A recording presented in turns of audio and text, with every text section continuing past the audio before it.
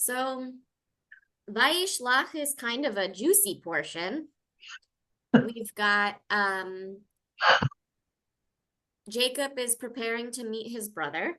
It seems that he invites his brother to this meeting, but then he immediately is nervous about it.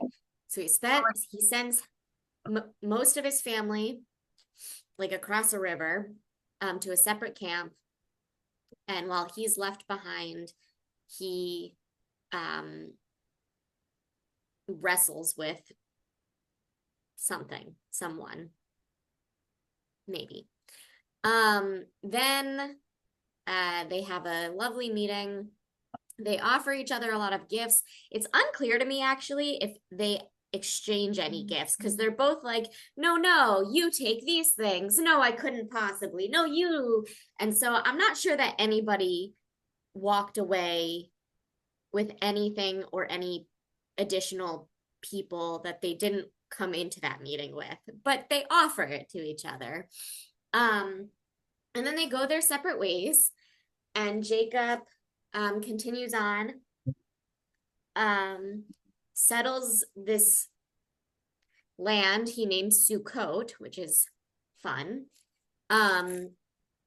which is very close to the land of Shem, which is a pre-existing city, where the story of Dinah takes place, this assault on her and the retribution her brothers exact.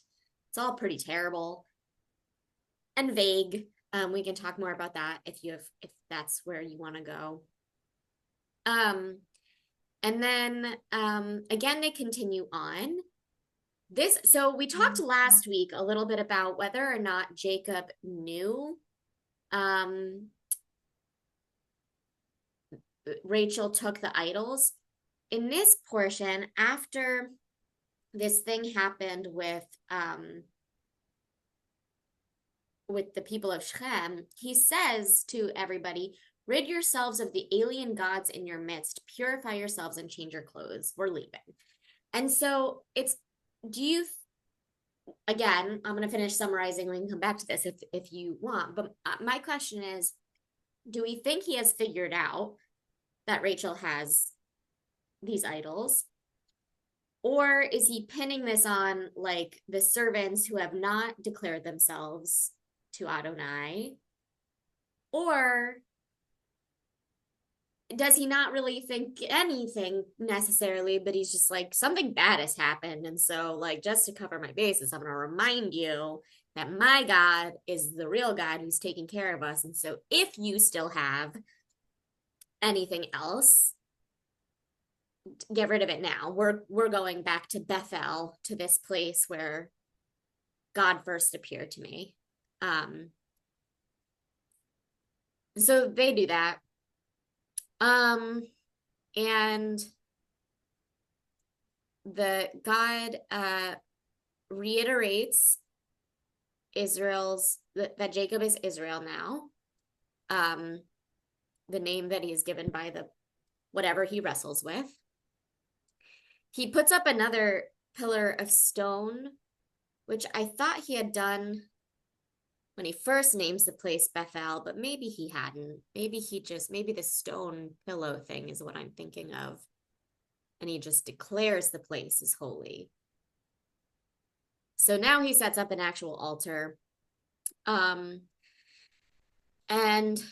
they continue on again. The goal this whole time has been for them to get back to Hebron, to where the cave of Machpelah, where his family lived and died, where Abraham and Sarah were buried and all that. So they finally are on their way back there. Rachel dies on the side of the road. They can't be that far. They've already come like back from Haran. They're in Shechem is like, I think they think Shechem is what is now Nablus. So it's a lot further north, but it's on the same, it's on the Jordan. It's in the West Bank. And they've already left Shechem and made their way. I don't know where Bethel is. We can maybe find that on a map. I'm sure there's some guess as to where it is. But like they can't be that far from Hebron. And he just leaves her body on the side of the road. He doesn't bring it back to the cave. It's so sad. And then that's the end of the portion, basically. Then we get some lineage stuff, and that's it. So that's the summary. Like I said, very juicy. Does anyone have like burning thoughts and questions or things to start with? Not burning, but just last things first. I mean, they had no ice to keep a body, so I don't know what it would have been. I don't know what that would entail. I guess you could put her on the back of a horse that was way at the back of the line or so. I don't, but maybe it's as simple as something like that. But I mean, because there's nothing to indicate that he has lost any feeling for Rachel during, I don't think, except the fact that No, she, except for how he buries her. yeah, yeah. Um, but they do like when he dies, they manage to get his body back from Egypt. Well, that's true. I forgot about that. That's true. Well, in Right. Egypt, they were good at preserving bodies. That's true. That's true. Actually, that portion does tell us he does get embalmed. He has like, I think, or is that Joseph? No, I think it's Jacob. He has a traditional Egyptian funeral, and then they take him back to Israel and give him a traditional, I mean, traditional, he's the third one, but Israelite burial as well. Um, Okay, so but so it's not. maybe, yeah, so maybe that's true, is that, on this, they really had nothing, no way to get her back. It just seems so abrupt. He erected a pillar. He's good at he's getting good at erecting pillars. That's true. How does he keep finding all of these pillars? I don't know. Oh dear. So the geography again puzzled me a little bit, and it's I guess it's sort of important to the story because he and his brother, shoot, his name just went. Esau. Yeah, Esau, make this whole big deal about loving each other, and then Esau invites Jacob to come with him, and Jacob said, "No, no, no, my kids just can't walk fast, and my cows are pregnant, and we can't go as fast as you." But the implication was that he was going to follow him to wherever Esau's home was, and I know at the end they go their separate ways because the land can't support all of them, but the place that but does he purposefully veer off from where Esau was expecting him to come to meet him, at least for a family reunion, and how far away does he veer? And I know Esau doesn't live in Hebron because he left, and all Right. that stuff. So He went in a different direction. Um, okay, so the geography, I'm not sure how far off they are. I do think he did it intentionally, that Jacob does this intentionally, because he's still kind of afraid of Esau. And maybe I've always had this theory that even after they have this very pleasant reunion, Jacob still knows that there is like something deeply unsettled between them. There is like personality differences that they will maybe never overcome. And that for the sake of leaving things on a positive note, they have to go their separate ways again quickly, um, before anything erupts again. makes sense. Um, yeah. Yeah, because how could Esau, Yeah. forgive and say, yeah, well, I don't care if I lost all my everything I was entitled to. Sure, that's okay. Right. I mean, he's doing okay for himself, but it does seem, I don't know. Yeah, like how could you ever trust Jacob? I mean, he's not going to kill him with his 400 followers, but how could they? They couldn't enjoy each other's company. I don't see how they could do that. Yeah.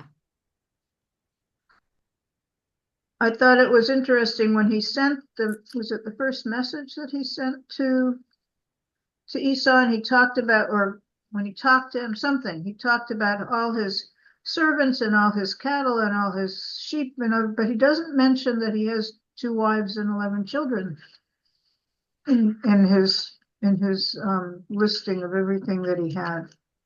It wasn't until they actually met that. So that's Oh, I interesting. see what you're saying.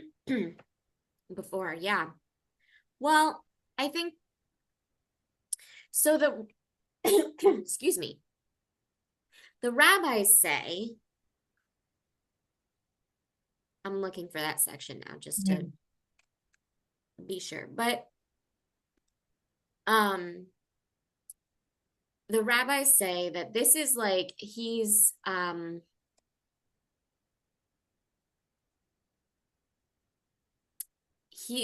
it's a defense mechanism to be like, I have a lot of people with me and a lot of animals and I'm very important. You don't want to come and try and kill me. Um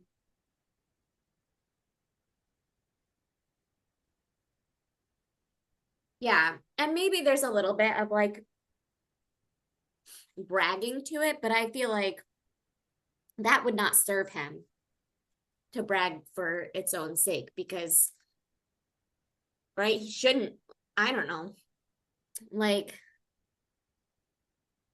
he should want to stress to Esau rather how much he has worked for what he has and that it isn't just from their father's house, this what he stole from Esau essentially. um Yeah, I remember he said I can't find it now, but it starts with, oh, okay, right at the beginning of the section. yeah, I It's, have acquired. yeah, I stayed with Laban, and remained until now, and I have acquired. So he talked about staying with his father-in-law. He talked about everything that he acquired, but doesn't mention that, oh yeah, and I married his 2 kids too at the same time. Right. That's was kind of strange. But I think he doesn't, yeah, he wants Esau to know that he has a big retinue and Esau should feel wary of attacking, but he doesn't want Esau to know how many women and children are vulnerable in that camp. yeah, okay, makes sense.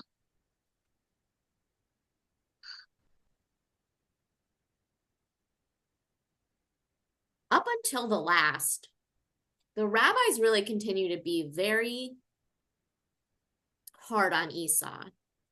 So, like, all of this stuff of like, oh, Jacob's doing all this wacky stuff because he's so afraid. He's letting Esau know how many slaves he has, but not how many children he has. He's splitting his camp up. He's sleeping separately from either camp. All well, he doesn't sleep at all, but he stays separate from either camp because Esau is so dangerous and whatever. And then even when they do meet up and they have like this lovely reunion, one of there is a midrash. Let's see if I can find it on Goodreads, or I mean on Safari, to tell you which rabbi says this. But when it says Esau ran to greet him, this is 33:4. He embraced him and falling on his neck, he kissed him and they wept. And one of the rabbis says he bit his neck. That Esau is basically a vampire and he's still trying to kill Jacob.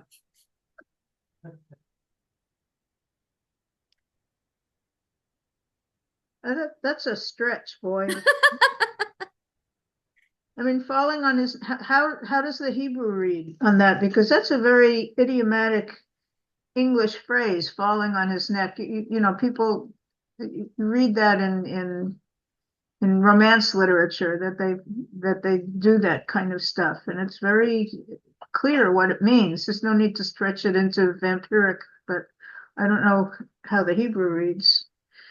I mean, the Hebrew reads, it says he fell on his neck and kissed him and they wept. Actually, it says they kissed and they wept. Okay. But there's all these weird dots on top of the word. Hmm. Um, which could be, the pen exploded, right? Um, but that's one of the things. I can't find it now. Um, who said it? It's not whoever it was. Safaria doesn't have it easily linked, but um, Makes for a good. yeah, the dots somehow signify like the puncture points of teeth. Yeah, but you're right. I mean, I don't remember Esau doing anything really. Esau That has never. he's not an intellectual. That's the only thing against him. We know that he hunts, but other than that, we have never actually seen him do anything violent. It's it's all propaganda, I tell you. It seems to be a common theme. Two brothers fall apart because one does something, but the other one gets all the blame. And um, because that's how you excuse what the first brother did, was by Right. the other one blameworthy. Hmm. And and since you don't hear anything about them, they can't be a hero because the heroes have to do something. So you have to excuse the hero somehow. So you make his brother out to be the bad guy, even. Right. Well, and a lot of it, I think, is just like the luck of we happen to be descended from Jacob, from Isaac, I mean, Joseph does really turn around, but he's such a brat in the beginning. Um, we're actually not descended from Joseph, but most of us. But yeah, these problematic characters, they happen to be our ancestors. So the text is very invested in excusing their behavior and finding ways to blame the others just because, like, I'm sure if the descendants of Esau survived, they would have their own text that tells it from their perspective, you know? Um, Well, then why does the text talk about this stuff at all? Why doesn't the text just make them totally good guys? And it's interesting it reading is. what's in there, and it's like it's telling a story about real people, and that's what real people do. But there's so much in there that in the 21st century we find morally reprehensible. Maybe it wasn't when they wrote it. It was a cool thing to win your Right. birthright. It shows that you have You're smart. respect, and yeah. Yeah. So You're smart and strong and cunning and yeah. I mean, and we do see over and over again that like Jacob is all of those things. Those are not flukes. He's not just able to get one over on Esau because Esau is this, you know, animal of a man. He does the same thing to Laban. He does it, um, I don't know, one could argue he does it to his children, to his wives, to, you know, to maybe to Hamor in Shem, although I really don't think that he knew what his sons were going to do. it says that he was angry at Yeah. doing that. Um, but But it runs in the family. Yeah. Exactly. No, but what Simeon and Levi do are pretty terrible. I mean, that doesn't feel consistent with the behavior we see from anybody else in the line so far. No, that was pretty horrific. And you never hear what Dina thinks about all of this. She's like a she, what happened to her caused it all, but you never hear whether she was glad um that he got his comeuppance, or whether she also fell in love with him, or you don't Right. hear about it. Right. Because, and I've said this before, the problem is at this time, women didn't have sexual agency. Mm-hmm. So the word, uh, yeah, defiled. It's actually a series of, oh wait, no, that's the second time. Where is it? That's the first, yeah, a series of verbs. It's very, one, one scholar I read described it as staccato. Like there's this very like sharp sense of the Hebrew that communicates violence, but we really don't know because this word aneha, like he disgraced her, it could mean rape, or it could just mean like they didn't get married first. Mm-hmm. So it was embarrassing to her family. And besides who they were not And they weren't right. circumcised. They weren't cousins or. They weren't, yeah, they weren't in the family. So we really don't know what she wanted or how she felt about any of it. Not that it would justify what happened but still it would at least show that they had some reason to be angry. Right.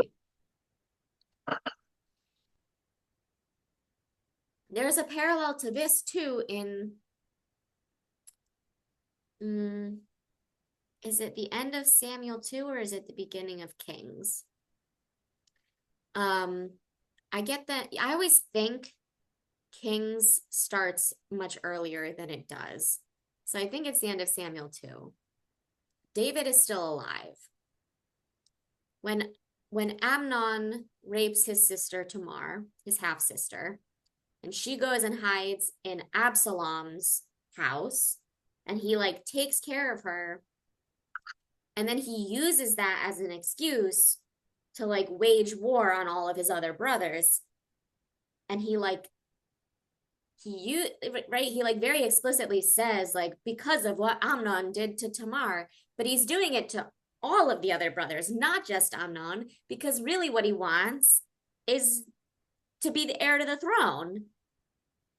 And this is, I think, before Solomon is named. Or maybe he's named, but he's young enough that they don't think he's a real threat. But like, yeah, and there is this continuing sort of like, oh, my sister, I care so much about her, but like really it's about their own masculinity or whatever. That's what it seems like. Either that or taking over. Yeah. Although they don't stay, they leave. But So they loot. I mean, they come away materially from that. that's true. They do. They take everything. Yeah. Yeah. So, you would think when Jacob says, put away your false gods, that he also tells them, I don't know, return the loot to the women of Shechem, but they don't. He doesn't. So we should understand that they come away from Shechem materially wealthier than they came into it. Mm. But we also don't know if they come away from Shechem with Dinah. She's not named again. Nope. They took her out. It says they took Dinah out of Shechem's house and went away. And then that's the last we ever heard of her. Mhm.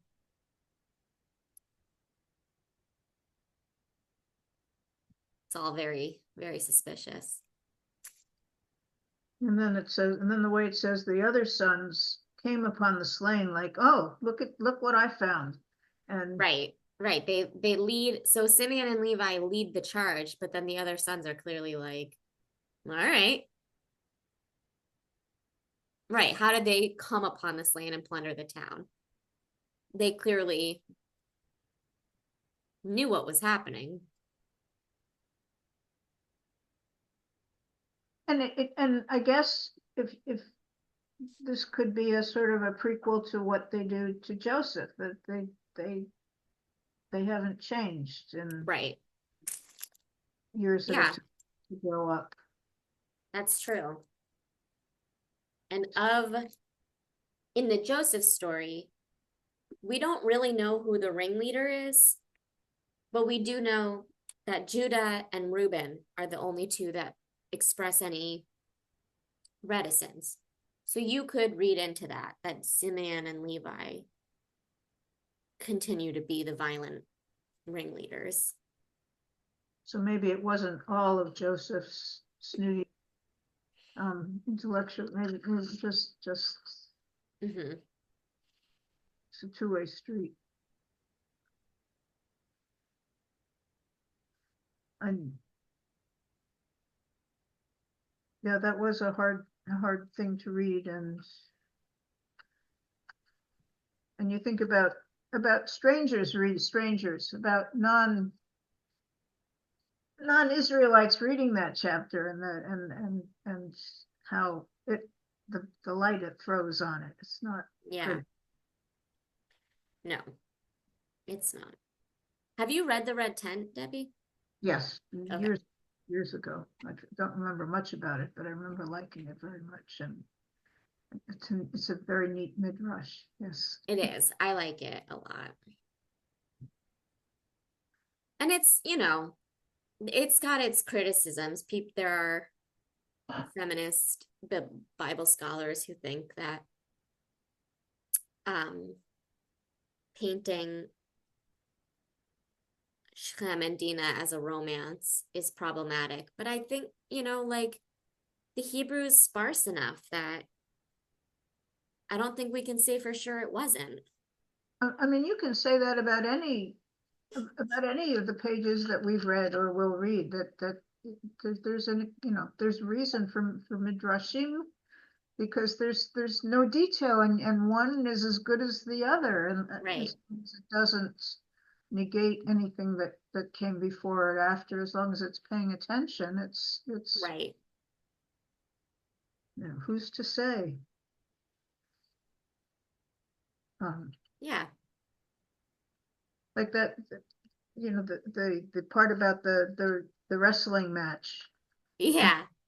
We made such a big deal about that for kids in Sunday school, and it's almost nothing here. Some guy comes up to him, he wrestles, and by morning he gets his leg pulled, and the guy implies that he's not human, but that's it. And it's not a big heroic thing. There's not the detail in here, but you can turn it into whatever you want. Whatever you want.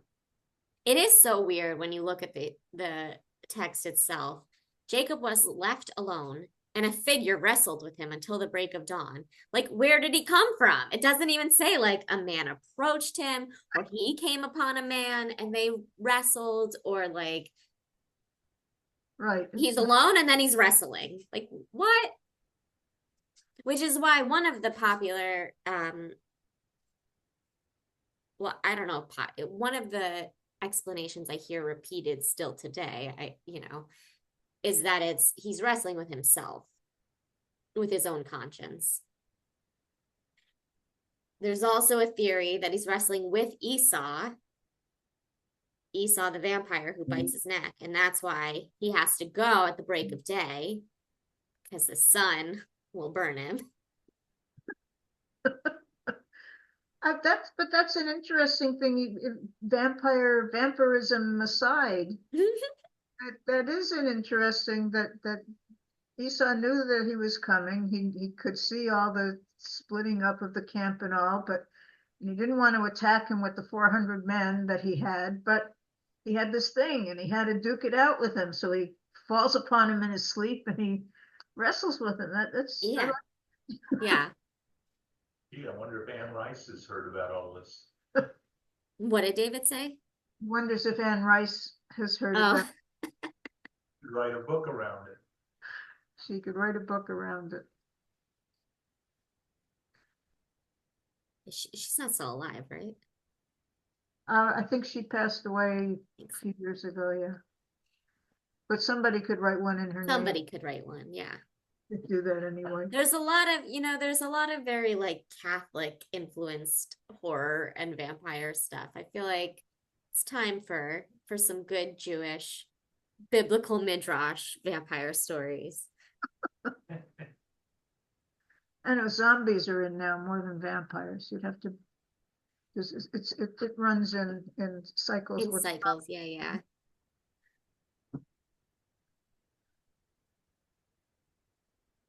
Although yeah, sorry. we just recently finally saw the movie shoot about the vampire Renfield. Okay. Watch that. So that's not too old, and that was vampirism. So That's a comedy, right? That's like a silly. the dark black comedy, yeah. Okay. There's a lot of powerful throwing around the room going on in there. Yes. Okay. Got it. Got it.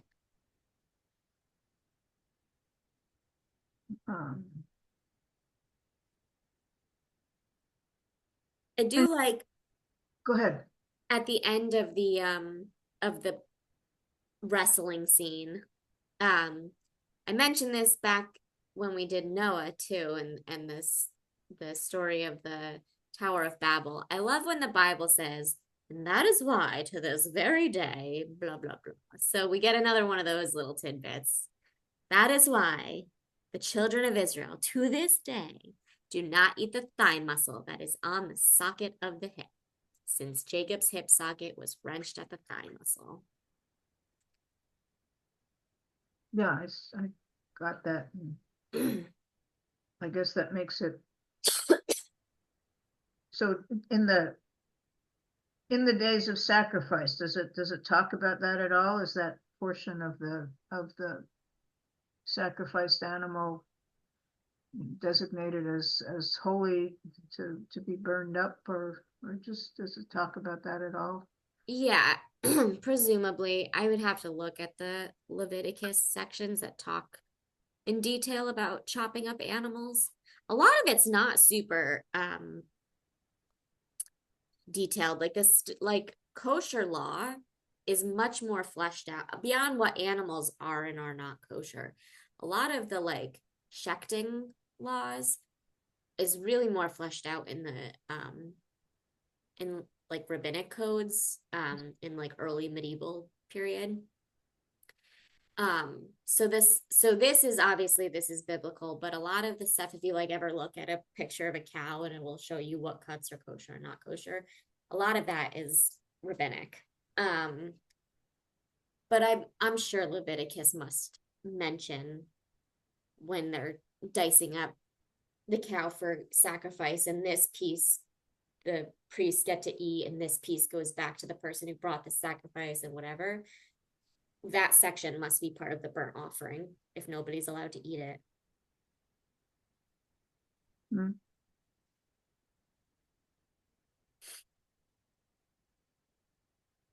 Any reason that they mentioned Deborah in there, Rebecca's nurse? Just You know, that's another thing that's in the red tent that just like, what a detail. Like what?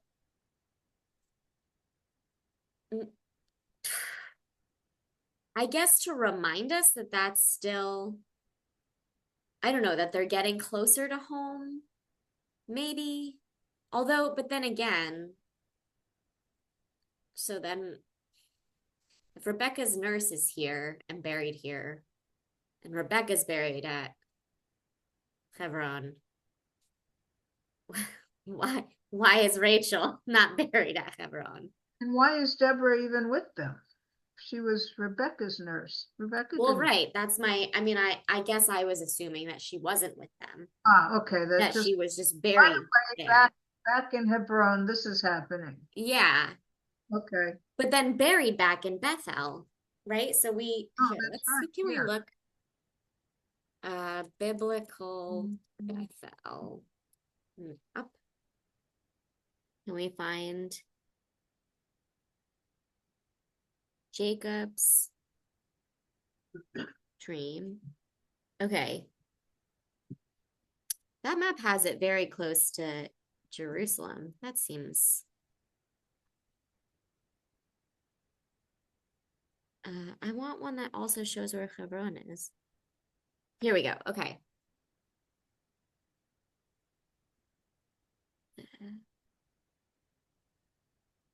I clicked on it and now I'm looking at something else. It's not showing me that same map I was just looking at. There we go. Okay, hold on. Let me share my screen. Show you what I'm looking at.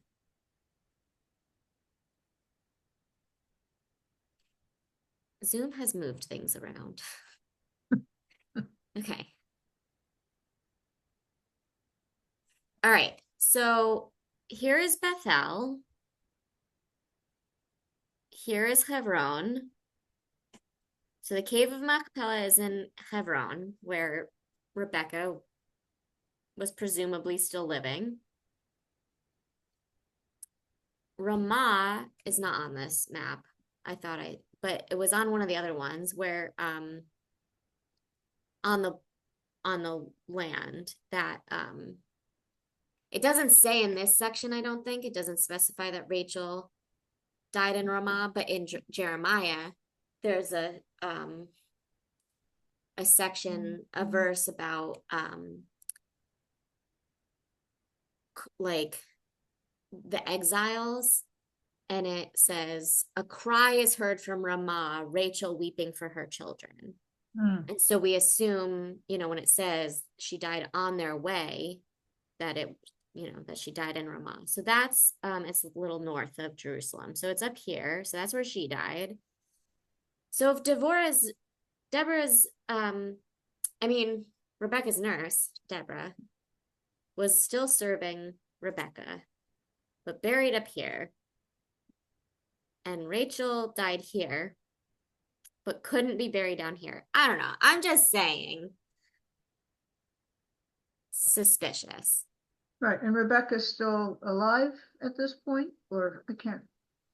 I don't think we get to see specifically when she dies, Well, we but hear about her nurse dies. what? We hear about when her nurse dies, but not her. Not her. And what and how what were they translating as nurse? What does that mean? Mott. I don't know. I don't know that word.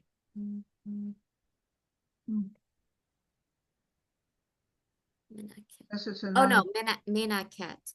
I think that's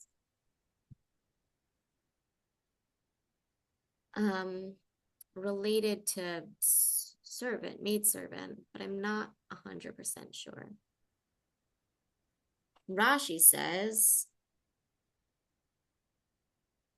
that Deborah went to Padan Aram to tell him to leave that place, and she died on the return journey. Huh. So maybe,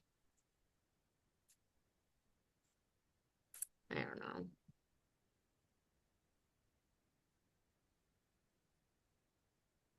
No,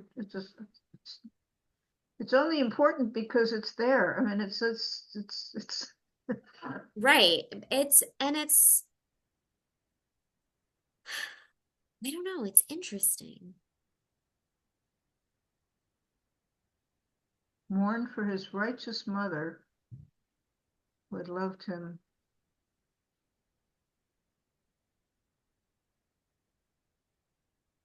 Huh. But neither does the scripture mention the death of Leah, but Rebecca and Leah are said to be buried at Machpelah with the patriarchs and Sarah.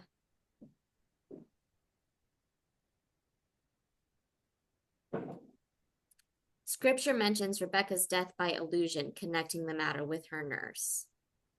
Okay.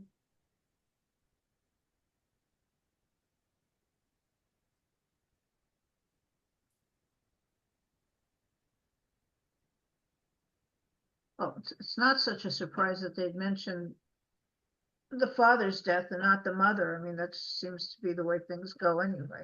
So Yeah. It just does feel so strange to mention Deborah, who, like, also, we never hear about her when Jacob is still living in Rebecca's house. Like who is this woman? had no part to play earlier. Yeah. Um, I don't know. So it's interesting.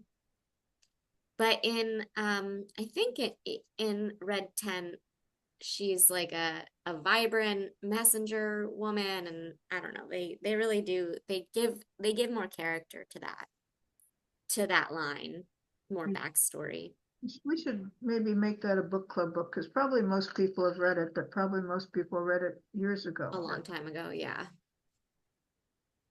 Um, I reread it more recently, like since I've been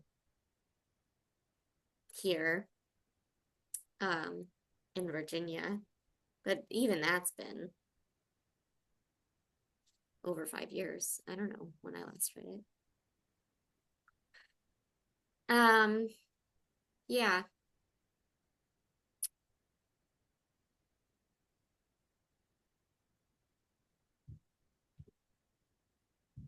Is there any reason at all to pay attention to the Esau lineage? I sort of skipped it. I often kind of skip the lineage stuff, but let's look at it. Okay. Um, I mean, I remember back in the last portion, I think it was that he says something like, well, you know, they told Jacob that he should marry, you know, one of us, so I'm going to go marry one of them. And it sort of implied that something that I read there. So I knew that, but Canaanite woman, but I guess Amalek, it says, comes this from this line, from the line of Esau. That's kind of significant. Um,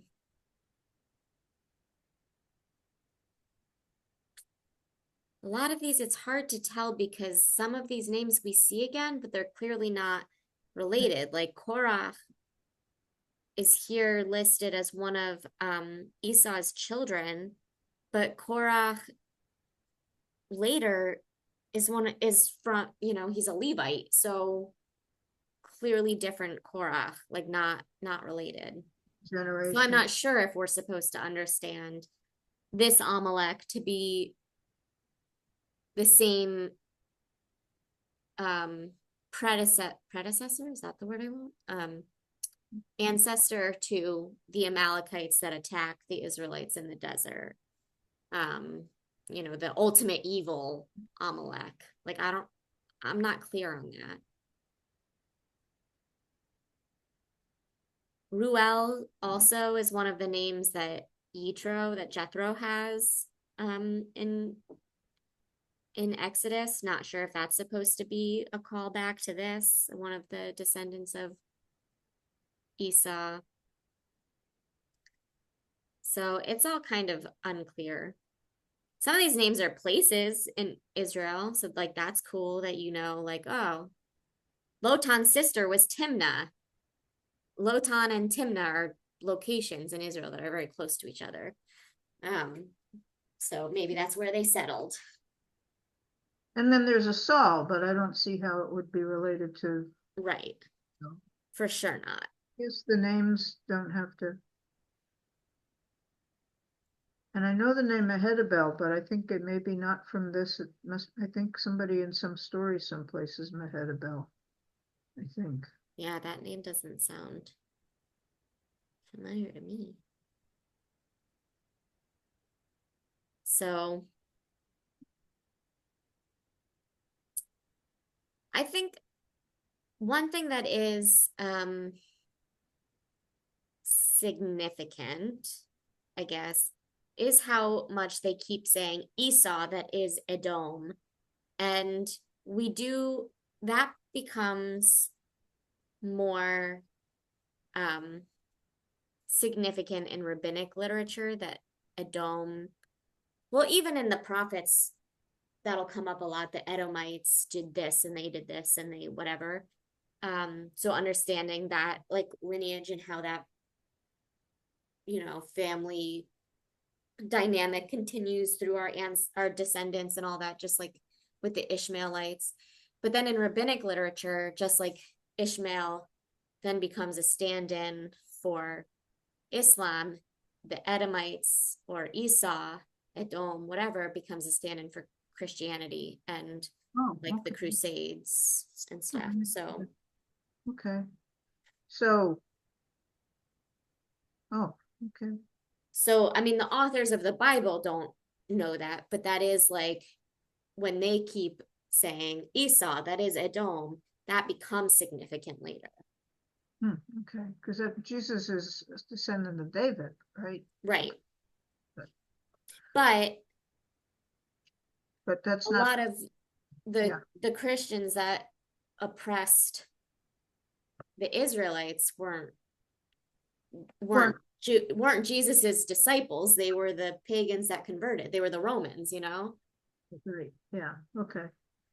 Yeah, and I guess that makes the point that I guess the whole thing makes the point that he's the father of all these folks, and right. And they had a lot of people and a lot of land and a lot of okay.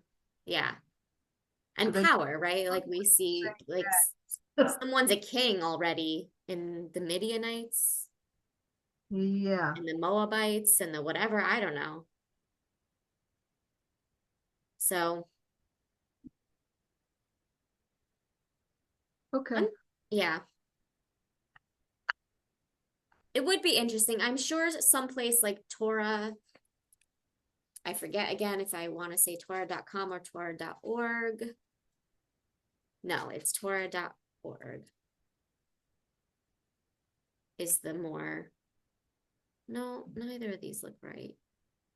One is like sponsored by Aish HaTorah, and one is very studious, and I always get them confused.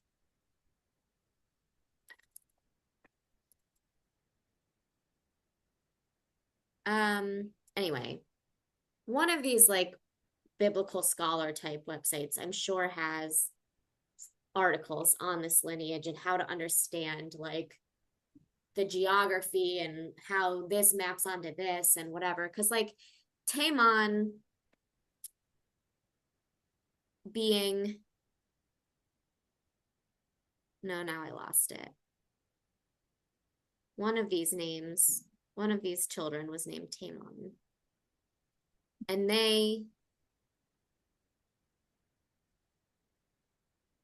that's the Hebrew word for Yemen. And Moab is southwest or southeast of Israel, and it's talking about how they took over Moab and they were whatever. Like it makes me wonder like if there's been any kind of speculation and study of like, I don't know, how it maps onto the world we see now. But I don't know off the top of my head what the answers to those questions are. Did we miss anything? Probably. There's always next year, All right. Well, I'll see you later this evening, right? Yep. Okay. When are you here in Prince William today just for your coffee? Yeah. Do you get people on a regular basis coming to join you? Sometimes Reverend Charlotte comes a lot. And then occasionally somebody from Ner Shalom comes. Yeah, I love that you do it, but if you wanted to do it twice a month instead of 4 times a month, I think that would be reasonable. Yeah. I might cut back. We'll see. How is There's like the tension of I had started to get a more regular group um last year, and then for various reasons, one of which being the summer break and people falling out of the habit, but also I think people's schedules changed. I stopped getting that group, and so now I'm like, I want to have it steady enough to see if like that will remind people to come.